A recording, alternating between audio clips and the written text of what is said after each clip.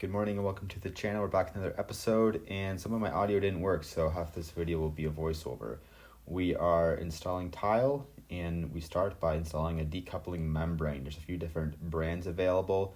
Most of them have this fleece on the back, and then the top side of it has a waffle-shaped pattern of some kind with a slight recess, so the thin set will lock into those waffle shapes and create a separate plane. This really helps prevent cracking or horizontal cracking in your tile. We have a wooden substrate with plywood, so we're going to start by hydrating that plywood. If you don't, your thin set will cure prematurely, and it's just not as good of an adhesion to your substrate. So we go out and hydrate the plywood.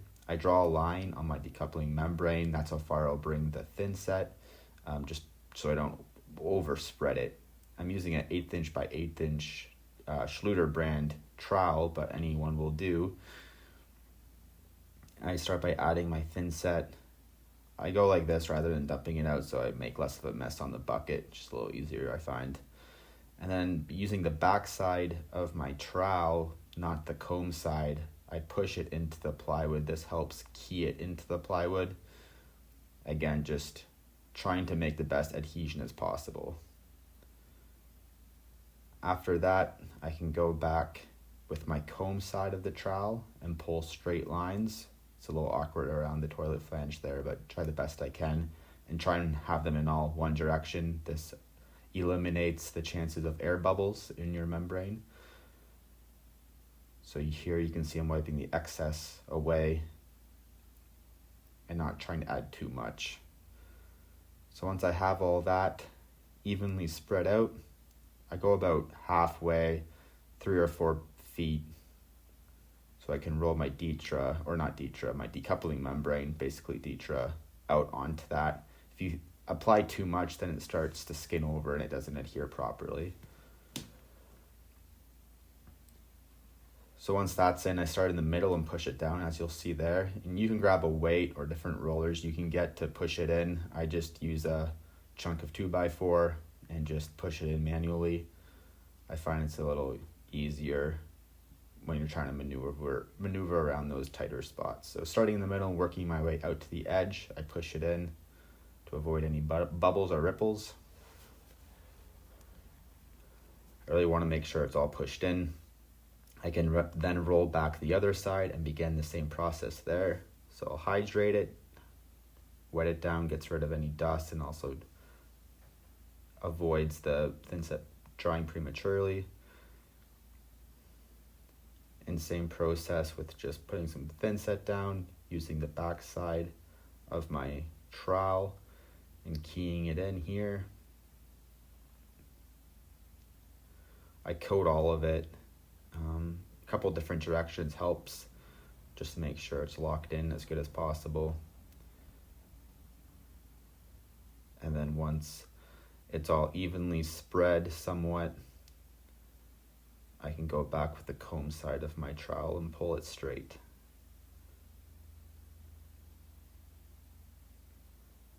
So keeping this process clean is nice, so I'm trying not to have too much excess thin set on there, because I'll just have to put it back in the bucket then. I go to my pencil line that I drew, so I avoid extra cleanup. Roll out the decoupling membrane, and again, starting in the middle, push outwards so it doesn't ripple or bubble. Speed myself up a bit so it's less boring.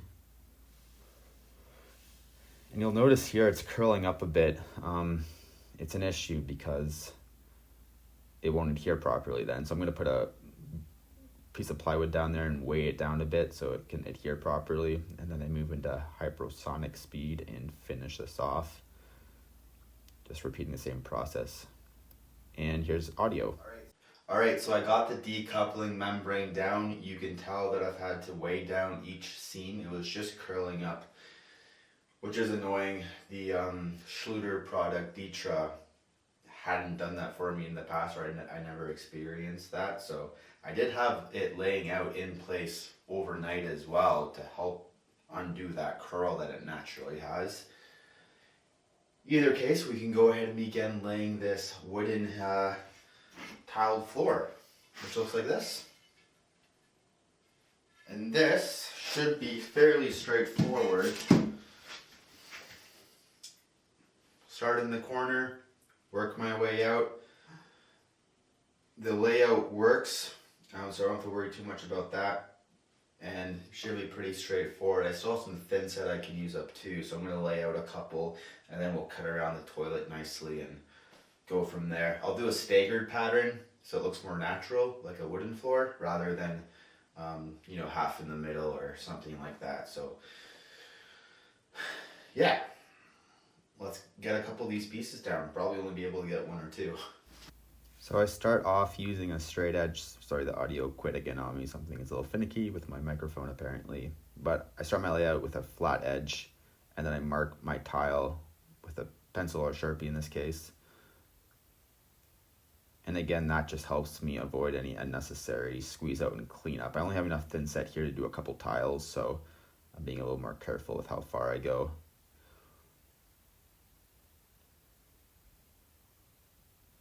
Again, I'm using the back side of my trowel to key it into that waffle shape pattern on the decoupling membrane. Making sure it's all squeezed in there, going a couple different directions with my trowel to make sure it's pushed in.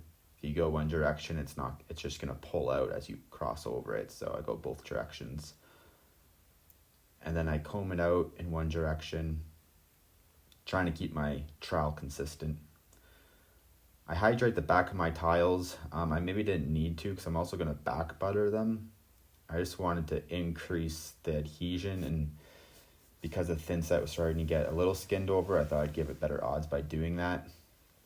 I'm going to do that with all the tiles actually. It's just hopefully increases the chances of better adhesion. And then I drop it down into place and I squeeze it back and forth a little bit. And you can see why here in a second. We'll go back to past me and see what he has to say. And this squeeze out is kind of what you want to ensure those ridges are collapsed. And then once this is brought to the line, we're good to go. I'm going to clean this up and then mix up some more thin set, and then we can carry on. I just clean up my mess, makes it easier moving forward. And just wiping the edges with a sponge is going to really help with the grouting stage for when you have to clean up those grout lines. So I can carry that process on with all my tiling. Because we're doing a staggered pattern, it's going to be a lot easier. I dry fit some tiles around my toilet flange, mix up my thin set, and using the same procedure, I use the backside of my trowel and push it into those voids in the decoupling membrane. Comb it straight, back butter, set them into place. Use my 1/8 inch spacers for proper spacing. Here's a little bit more of a closer look at the process. I'm just using my smaller trowel here because it's easier to get in. Using the same method, just filling up those voids. Trying to keep my trowel at a consistent angle, that way the ridges are all the same height. Pulling it straight in one direction, cleaning up my mess as I go to avoid squeeze out. Back buttering my trowel, or back buttering my tile. Giving a little wiggle so it settles in. And then using those spacers again to keep the reveal consistent for my grout lines.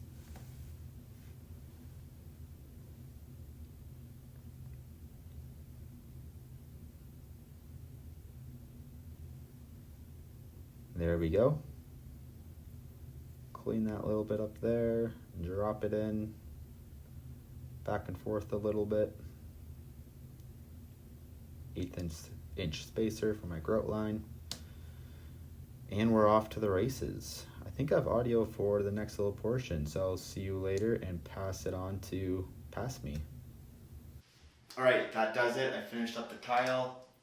The last piece by the doorway turned out pretty good. Tomorrow we'll grout. Oh yeah, looks good. Oh yeah.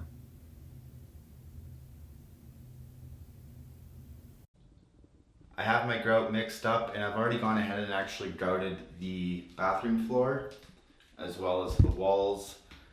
Now we're going to begin on the floor. So I've already prepped it as well. That means cutting off or getting rid of any squeeze out from the thin set, washing it.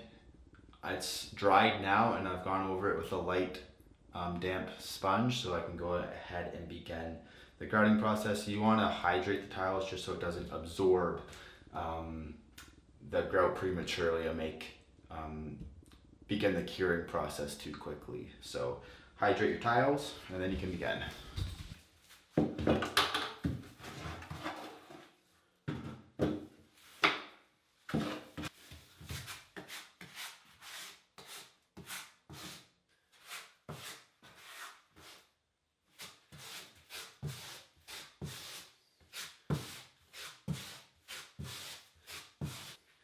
I go two directions with my float, a 45 this way, a 45 that way. That way it pushes the grout in a lot better than if you were to just go one direction. If you go one direction, you can drag your grout out.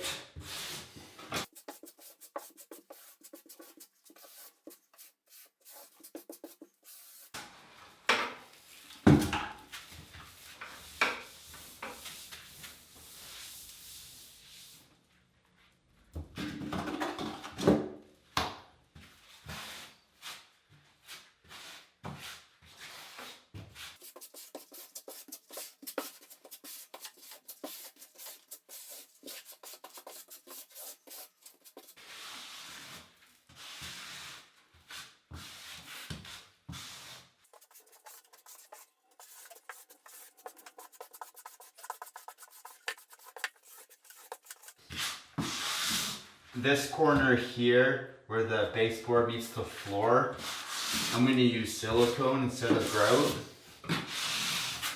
I did put some in here because of the gap, it's so big. But if I put just grout, it'll crack. So you want to put something that's flexible.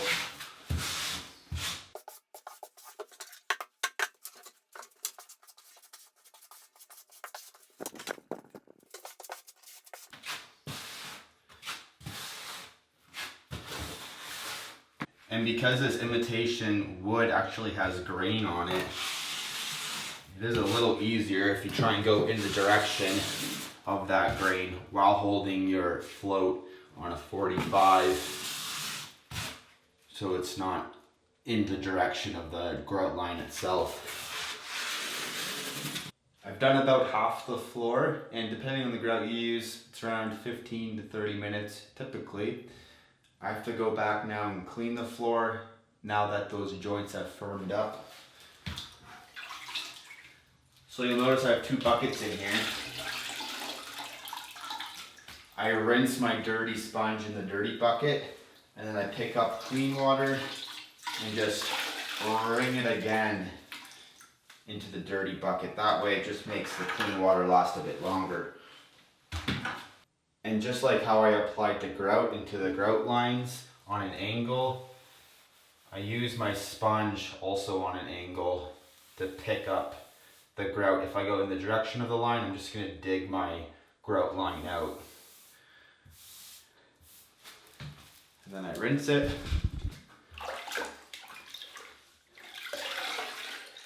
Dirty water, bring it into my clean bucket. Ring it again. And wipe it.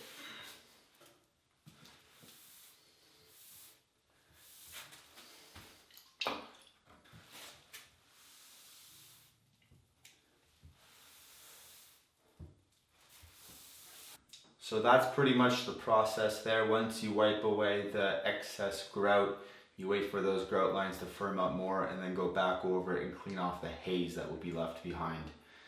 Hopefully I'll show that in this video still, but I'm going to go ahead and kind of get this all done because my grout is drying a little quickly.